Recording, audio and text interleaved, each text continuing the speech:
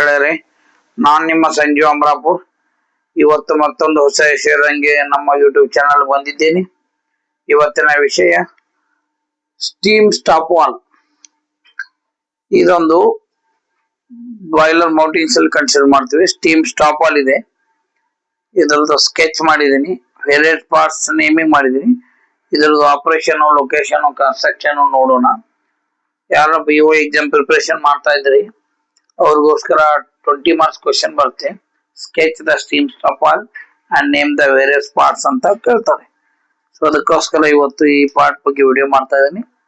So this is the steam stop wall.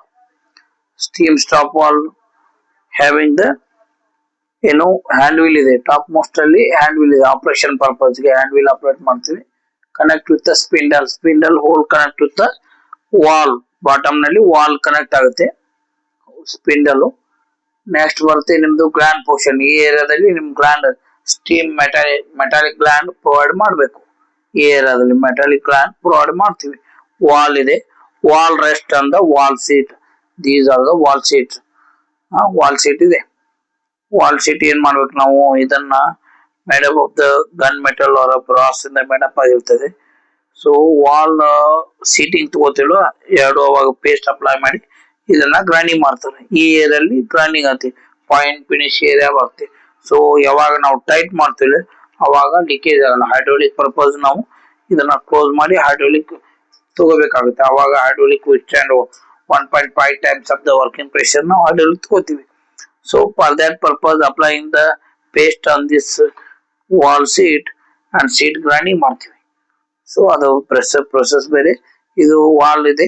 Wall ಹೇಗಿದೆ ಅಂದ್ರೆ ಇಲ್ಲಿ ಸ್ಟೀಮ್ ಎಂಟರ್ ಆಗುತ್ತೆ, ಇನ್ಸೈಡ್ ಸ್ಟೀಮ್ ಎಂಟರ್ ಆಗುತ್ತೆ. ಸೊ ನೀವು ಆಪರೇಟ್ ಮಾಡ್ಬೇಕು. ಹ್ಯಾಂಡ್ ವೀಲ್ ಅಂದ್ರೆ ಮ್ಯಾನ್ಯುವಲಿ ಆಪರೇಟ್ ಮಾಡಿದ ತಕ್ಷಣ ಇದು ಇಲ್ಲಿ ಥ್ರೆಡ್ ಇರೋ ಪಾರ್ಟ್ ಇದೆ, ಆ ಪೋರ್ಟ್ಸ್ ಮೂವ್ ಆಗುತ್ತೆ. ಅವಾಗ ನಿಮ್ ಸ್ಟೀಮ್ ಏನಾಗುತ್ತೆ, 90 ಡಿಗ್ರಿ ರೊಟೇಟ್ ಆಗಿ ಈಗ ಸ್ಟೀಮ್ ಔಟ್. ಈ ಪೋರ್ಷನ್ ದಲ್ಲಿ 90 ಡಿಗ್ರಿ ಸ್ಟೀಮ್ ಔಟ್ ಆಗುತ್ತೆ. So main MSC main steam ಲೈನ್ಗೆ ಇದು ಕನೆಕ್ಟ್ ಆಗಿರುತ್ತೆ. ಸೊ ಸ್ಟೀಮ್ ಇದೆ, ಇಲ್ಲಿ ಇನ್ಲೆಟ್, ಇದು ಎಕ್ಸಿಟ್ ಆಗುತ್ತೆ.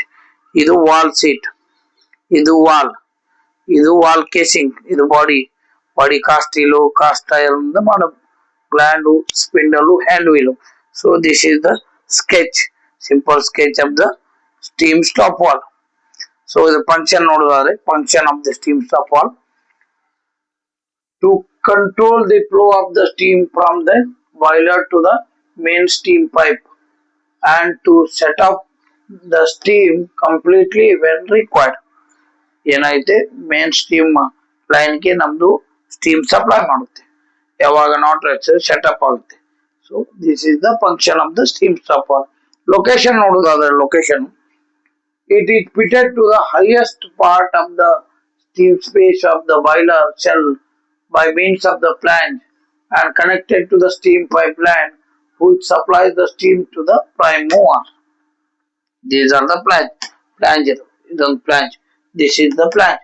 So ಏನಾಗುತ್ತೆ, ಮೇನ್ ಸ್ಟೀಮ್ ಪೈಪ್ಲೈನ್ ಗೆ ಕನೆಕ್ಟ್ ಆಗುತ್ತೆ. ಈ flange, both flange steam supply ಆಗುತ್ತೆ ಪ್ರೈಮ್ ಮೂವರ್ ಗೆ. ಲೊಕೇಶನ್ ಹೇಳಿದೆ,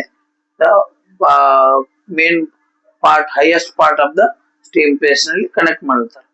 ಕನ್ಸ್ಟ್ರಕ್ಷನ್ ನೋಡೋದಾದ್ರೆ, the body of the wall is made up of the cast iron and the cast steel. This is the main body. In highlighted area, shaded area. This is the main body made up of the cast steel or cast iron. Then the wall seat and the nut through which the wall spindle works are made up of brass and gun metals. So main ಏನ್ ಹೇಳ್ತಾ ಇದ್ರೆ, wall seat and check nut ಬರುತ್ತೆ. ಇದು operating purpose. These are made up of gun metal or brass, so that seating have to taken easily for gun metal and brass metals.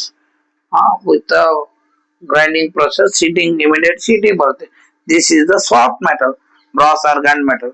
These areas you have to applying the gun metal.